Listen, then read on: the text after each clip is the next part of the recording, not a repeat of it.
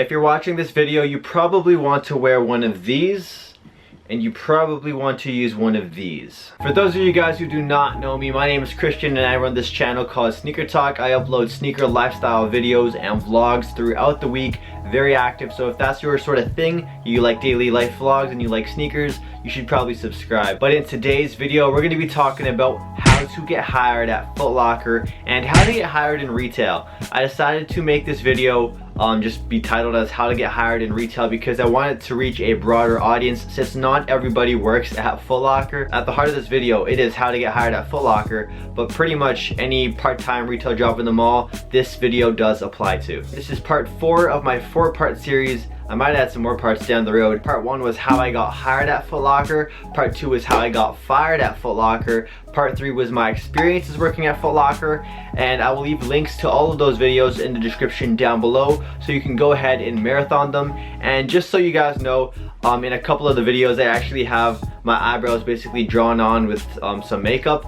I have a disorder called trichotillomania. I pull up my eyebrows when I get stressed. That's why I have no eyebrows right now. So just a heads up, any trolls or negative people that are in the comments down below, I will delete your comments. It's that simple. Now before we get to the actual tips and discussion of how to get hired at Foot Locker, I just wanted to dispel a couple of myths. First myth about Foot Locker is that you have to be a sneakerhead to work there. You do not have to be a sneaker enthusiast, a sneakerhead to get a job there. Next myth, you have to have retail experience. You do not need retail experience to work at Foot Locker, but it certainly goes a long way. Now the next myth is that you have to be 18 to work at Foot Locker. Now this isn't necessarily true. The thing with this little myth is that it varies by province, it varies by state, depending on where you're located.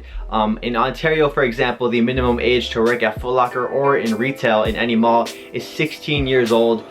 Some places in the States, I know you can start working as young as 15 or 14. Check in with your management or the management at that Foot Locker location and just do some research online. But let's be honest here, if you're a 16-year-old with very little experience and you're coming up or competing against like 25-year-olds with retail experience, they're most likely going to take the 25-year-old more seriously because they actually know what they're doing. You need to know about every single sneaker release. You don't have to know about any sneaker releases. There's a lot of non-sneakerheads that work at Foot Locker and they get their information at work. They have a schedule, a release schedule at work, and they see it and they know what's coming out. So you do not have to know every little thing about sneakers and what's new and what's poppin'. You just have to know how to sell stuff. You have to have a collection to work at Foot Locker. No, you do not need a collection to work at Foot Locker. And the biggest myth of all time is, can I get hired by walking into Foot Locker with heat on my feet? The straight up answer to that is no. Hey, I love your Yeezys, you're hired. Life does not work like that. It would be awesome if it did. So the very first thing you need to start working at Foot Locker is a resume. You're gonna have to have yours polished up, and I just want to give you a quick little bit of info for resumes. One being, a lot of management do not look past the first page. So include the most sellable points about you on the very front page of your resume. Some people will throw it out if there's 2 pages on it. So if you can do a resume with like 1 page double-sided, I recommend you do that. Also, you don't necessarily need a cover letter, but it is a nice touch if that is something you are really good at. Now, if you haven't yet seen part 3, my experiences working at Foot Locker, I'm just gonna give you guys a quick little summary of some of the duties you'll face while working at Foot Locker. 1, selling shoes. 2, potentially being a cashier, mopping and sweeping the floors at Foot Locker. You're going to be fixing the display of sneakers that are on display, like fixing them so they're straight and aligned with whatever display they're on, and folding t-shirts and pants, and dealing with really shitty human beings. Awesome, you have your resume, it looks good. You had your mom spell check it, you had your dog spell check it, it checks out and you're ready to make some checks. 2 different ways to apply at Foot Locker. The first one being in store, which I would highly recommend you do because making a first impression can easily land you the job like it landed me my job. Link down below. And the second way to get a job is actually applying online. Now I know some retailers like H&M, for example, only accept online applications. So the Foot Locker location I worked at in Toronto, they don't really look at online applications, I believe. I don't think they accept online applications. However, it varies by store. So if you can, first apply online, and then you can always go in store a week later or a couple days later and apply in store, or just let them know, hey, I applied online. I just wanted to meet you, and yeah, just do that. And that will also potentially help expedite your application process, which no one likes waiting weeks and weeks for no reply. Quick note, if you're applying in store, make sure you go with nobody. Go by yourself, you yourself and I, or you yourself and yourself again. Just don't go with friends. If a manager sees you walking around the mall with a couple of friends applying places, or with some friends that you're just hanging out with, he's not going to take you that seriously. Also, if you're applying in store, make sure you are feeling confident, okay? Confidence is so important when it comes to getting a job when applying in person and making a first impression. Make sure you're feeling good about yourself. Make sure you've brushed your teeth. You look good, you're wearing the right kind of clothing. Don't go in with a graphic t-shirt and your Nike Tech fleece and your cool LeBrons. Don't do that. What you should do is dress in a more professional manner. Don't necessarily go in with a suit, but go in with maybe like a nice black polo, some khakis, some nice slim jeans, or whatever jeans you prefer to wear.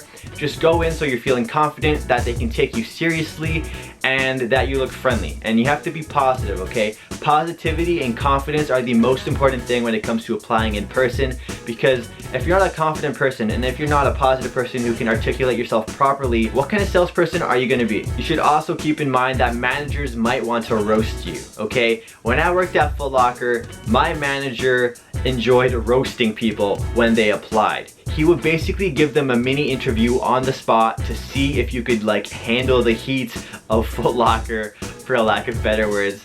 And if you can think on the spot like you would as a sales associate. And if you can get past that first round and make a great impression on that first non-official interview, that will almost guarantee you your real interview. Keep in mind, if you do get ignored or you get no reply from Foot Locker or any retailer you're trying to work at, don't give up. You can keep on trying.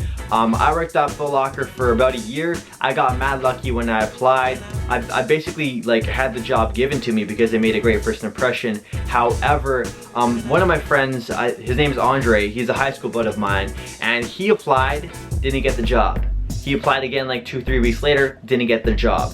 He kept on applying. I think maybe he applied like 5 times or something like that. Like he was very, his tenacity and his persistence, and he was just so consistent with wanting to work at Foot Locker that they eventually caved in and they gave him an interview just to give him a shot because they liked that determination that he had. So if you don't get hired right away, keep on trying. Awesome, you made your resume, you've applied online, and now you have your interview.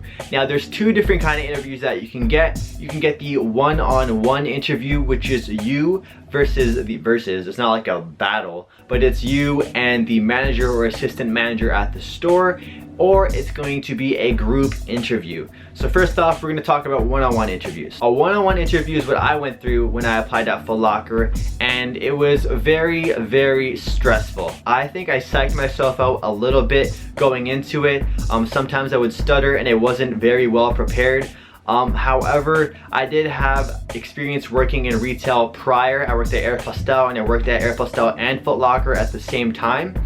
And so because of my experience working at Aeropostale, I was able to answer some of these situational questions that the manager threw at me during the interview. You're doing a one-on-one interview, he's going to ask you questions, or she's going to ask you questions about why they should hire you. What makes you different compared to another candidate that potentially could have the job as well? You want to sell yourself in a way that makes yourself look good, but not be too overbearing. Just be careful though not to get too cocky, not to get too confident, because an ego is definitely something that retailers do not want to be working with. Now, group interviews can be a little more stressful than one-on-one interviews, and that's because you can physically see the competition right in front of you. You're going to see the answers they're going to make, you can see their mistakes, and you can build off of that. They can make you look good, they can make you look bad. So group interviews, I'm just not a fan of. I don't like them at all. And a lot of the times, it has this very weird tension, because sometimes employers are only going to hire one person out of maybe 4 to 5 people in the group interview. Luckily for me at Aeropostale, they hired both me and the other person. So that is like a very one-off chance. Like, it doesn't happen very often. So when you're going in for group interviews, just make sure that you give room for other people to talk, because you don't want to just be taking up all the talking time.